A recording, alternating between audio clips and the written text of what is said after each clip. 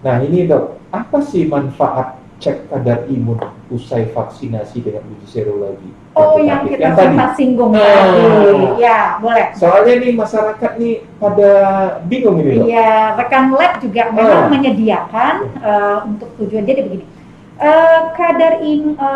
antibody itu ada kualitatif, ada kuantitatif.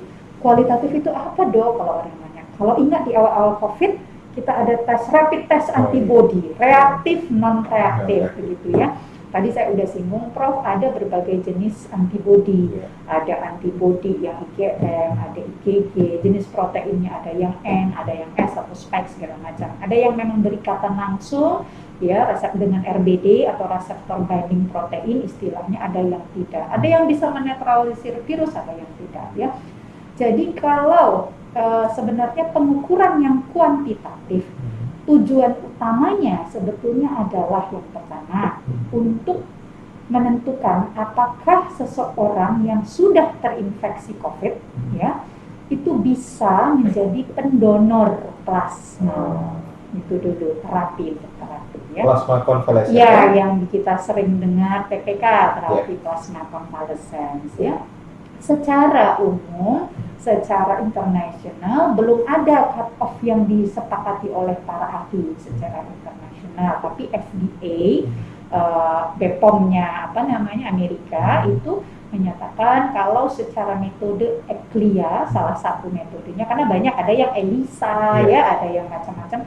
Kalau metode ECLIA itu cut off-nya 132 ya, 132 per mililiter. Ada dia satuannya itu BAU, juga ada BAU per mililiter. Itu tapi utamanya untuk itu, untuk terapi plasma konvalesen. Itu yang pertama. Ya, yang perlu. Kalau untuk mengetahui apakah terbentuk gitu terbentuk atau tidak antibody jika dengan ECLIA, tadi saya sudah bilang, maka yang menjadi targetnya adalah memang protein S. Protein S yang dia memang punya kemampuan menetralisir. Jadi kalau memang itu yang ditargetkan sesuai dengan konsultasi dokter, ya silahkan saja. Tetapi jangan nanti menjadi menimbulkan kebingungan bahwa misalnya cut off yang di laboratorium itu katakanlah misal nih 10 misalnya ya cut off-nya. Kalau 12 kan udah di atas. Betul. Ya kan, Prof ya. Sementara misalnya teman kita ada 50. Yang 12 sama yang 50 bukan berarti yang 50 lebih baik, yang 12 lebih jelek. Pokoknya intinya sudah terbentuk antibody di atas level level ambang. Berarti kita sudah punya antibody di dalam tubuh. Tinggal itu tadi pemahaman bahwa antibody ini belum mampu, vaksin ini, bukan antibody, vaksin ini belum mampu untuk memastikan kita tidak tertular. Nah, tapi vaksin ini punya kemampuan untuk kalau kita tertular pun kita gejalanya ringan ataupun tak bergejala. Jadi pada para sahabat, kalau memang ada keinginan, penasaran gitu penasaran. Karena hampir rata-rata dokter bertanya. Ya, tolong jangan mengambil tindakan sendiri meskipun ada dokter gitu ya. Jangan heboh dulu ya. Karena ini kadang-kadang lupa loh. Ini mungkin secara etik kita perlu saling mengingatkan. Kita kan nggak boleh jadi dokter diri sendiri, betul ya? Nggak boleh, jangankan diri sendiri, ngobatin mama kandung awak pun, bertanya kan? Harus secara etis, karena kan emosional kita tidak bisa menjadi lebih rasional kalau untuk kita. Sama halnya sama. Kalau mau kita bingung, kita penasaran, berkonsultasilah pada ahlinya. Perlu nggak kira-kira? Jadi jangan jadi menimbulkan kegaduhan gitu, jangan menimbulkan kegaduhan di masyarakat dan mispersepsi. Artinya boleh, perlu apabila dokter tempat Anda berkonsultasi menyatakan ya. Baik, makasih. Ini Dokter Suti ada 2 lagi nih sebelum kita akhiri nih. Ya, apa syarat-syarat untuk melaksanakan vaksinasi bagi penyintas COVID? Baik, syarat pertamanya adalah sudah lebih dari 3 bulan. Tadi ya. Mungkin ada nih sebagian yang bertanya, Dok, perlu nggak tes antibody? Kan gitu ya.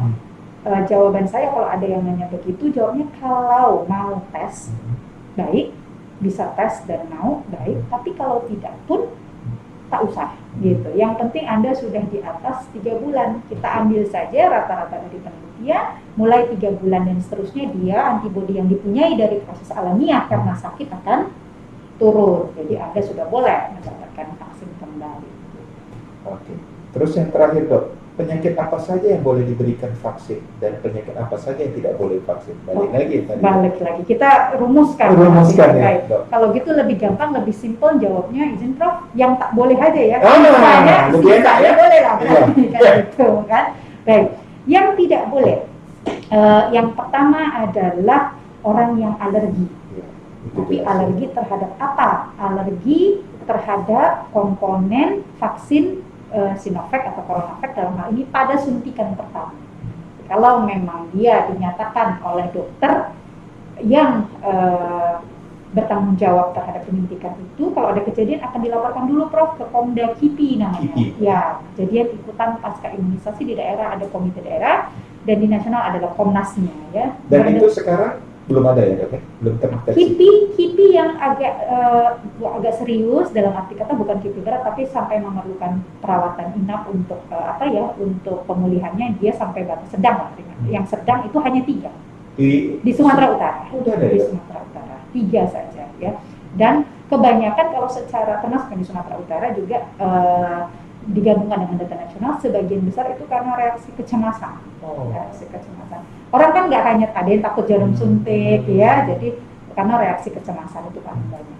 Jadi berlanjut ke yang tadi, reaksi kalau dia udah alergi yang dibuktikan oleh Komda KIPI-nya di yang suntikan pertama nggak boleh lagi dilanjutin. Nah, berarti sudahlah rezeki dia sampai di situ saja lah. Tunggulah herd immunity berdekat-dekat lah sama orang yang sudah disuntik. Begitu. Itu hanya suntikan pertama. Yang kedua tak boleh lagi berarti. Boleh lagi berarti. Ya. Yang kedua adalah pada kondisi-kondisi di mana orang mendapat terapi imunosupresan, contoh mungkin steroid jangka panjang ya, kemudian apalagi ya sitostatik Prof yang kanker ya, sitostatik ya, ataupun radioterapi ya, itu juga tidak di bahasanya rekomendasi PABI itu belum layak, bahasanya belum layak diberikan ya, karena dia masih berada pada kondisi itu ya. Kemudian yang ketiga itu penyakit autoimun sistemik. Autoimun kita tahu sudah ada singgung tadi, orang yang imunitasnya memang badannya sendiri menolak gitu ya, menolak sistemnya. Itu contohnya adalah SLE yang paling orang tahu, sistemik lupus erythematosus alias penyakit lupus. Yang kedua ada rheumatoid arthritis. Kemudian yang ketiga ada sindroma Sjögren dan yang keempat ada vaskulitis ya, ada vaskulitis. Ada lagi dok yang kalau di neurologi multiple sclerosis masuk? Ya, autoimun ya, yang sistemik ya, benar. Pokoknya prinsipnya autoimun sistemik. Hanya ada satu pengecualiannya untuk tiroid autoimun. Tiroid autoimun itu boleh apabila dinyatakan terkontrol ya oleh dokter yang menanganinya. Kemudian untuk yang keempat mengenai kanker ya, di awal itu kanker kan masih masih ditunda gitu ya, belum boleh gitu ya. Padahal kan kita tahu kanker itu sendiri merupakan orang yang rentan untuk mendapatkan COVID, daya tahan tubuhnya turun tadi yang seperti di awal tadi. Di update rekomendasi PABI ini baik kanker darah, kanker atau tumor yang padat itu dinyatakan boleh bersama juga dengan kelainan-kelainan hematologi lainnya. Contoh thalassemia, polisitemia vera, di mana masalah-masalah gangguan koagulasi juga bisa contohnya. Itu boleh dengan syarat harus mendapatkan rekomendasi dari dokter yang merawat, dokter ahli yang merawat. Terserah, kalau misalnya penyakit dalam berarti dia adalah hematologi onkologi ya. Kalau misalnya beliau sedang dengan dokter bedah onkologi ya dokter bedah onkologinya THT dan selanjutnya begitu. Kemudian kalau untuk penyakit-penyakit yang jelas tidak boleh, yang lain adalah infeksi akut. Artinya sekarang dia mau vaksin, dia sedang influenza, itu nggak boleh ya. Sekarang dia sedang mau vaksin, jadwal vaksin dia batuk, maka dia harus periksa dulu Prof. Apa penyebab gejala-gejalanya? Harus disingkirkan dulu. Entahnya COVID gitu ya. Kalau COVID ya berarti dia kan belum boleh ya. Ya, belum boleh dulu, tunda ya. Kecuali TB ya, TBC itu boleh Prof apabila sudah mendapatkan OAT, obat anti tuberkulosis selama 2 minggu. Jadi kalau sudah dia masuk obat OAT 2 minggu dan fine saja, monggo silahkan ya. Yang keenam adalah penyakit kronik yang tadi sebenarnya sudah Prof singgung, asma dan PPOK itu tak boleh kalau sedang kumat, kalau sedang eksaserbasi. Boleh kalau dia terkontrol yang saya sampaikan tadi, dia terkontrol dalam 4 minggu berturut-turut dengan pengobatan yang standar. Berarti di luar daripada yang 6 ini boleh diberikan. Boleh dengan yang screening yang tadi.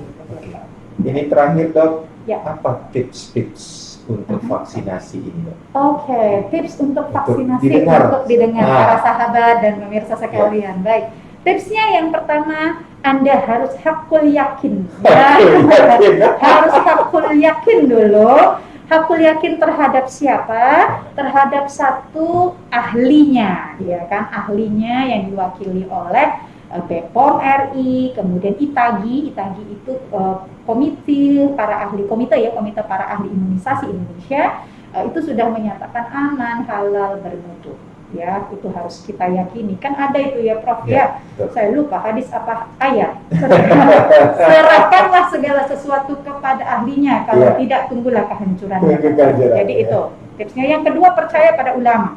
Ulama sudah bilang suci dan halal, ikutlah kita. Jadi kalau sudah hakul yakin, biasanya akan menurunkan rasa khawatir, kan gitu ya Prof, di dalam mindset, di dalam pikiran. Maka persiapan yang kedua adalah menenangkan diri, jiwa dan raga kita tenang. Ada orang yang takut disuntik ya, maka relaksasi, santai. Yang ketiga, sebelum berangkat vaksinasi sarapan yang cukup, sarapan yang cukup. Bisa loh, udah berdebar, sarapan pula ya, harus sarapan yang cukup. Kemudian malam sebelumnya juga tidur yang cukup. Ya. Lebih dari 8 jam. Ya. Kemudian setelah divaksinasi, maka usahakan hari itu jangan dulu aktivitas yang berat. Aktivitas yang berat. Kan biasanya, harus ya, 30 menit kan setelah disuntik itu diobservasi. Kalau 30 menit itu fine, bagus, artinya fase kritisnya alhamdulillah sudah lewat. Kondisi-kondisi yang berat yang mungkin muncul tiba-tiba sudah bisa kita kembali ke rumah, itu observasi dan tidak melakukan pekerjaan yang terlalu forsir ya, gitu, santai. Dan yang kelima, tetap harus prokes. Ya, harus pakai masker, harus menjaga jarak, harus cuci tangan dengan air dan sabun ya, atau hand sanitizer, kemudian menghindari kerumunan dan mengurangi mobilitas. Jangan pula layakan karena baru vaksin kita pergi rame-rame gitu. Saya kira itu saja tipsnya. Makasih Dr. Restuti, cukup sama-sama. banyak masukannya. Kami dari Perdosi Cabang Medan mengucapkan banyak-banyak terima kasih.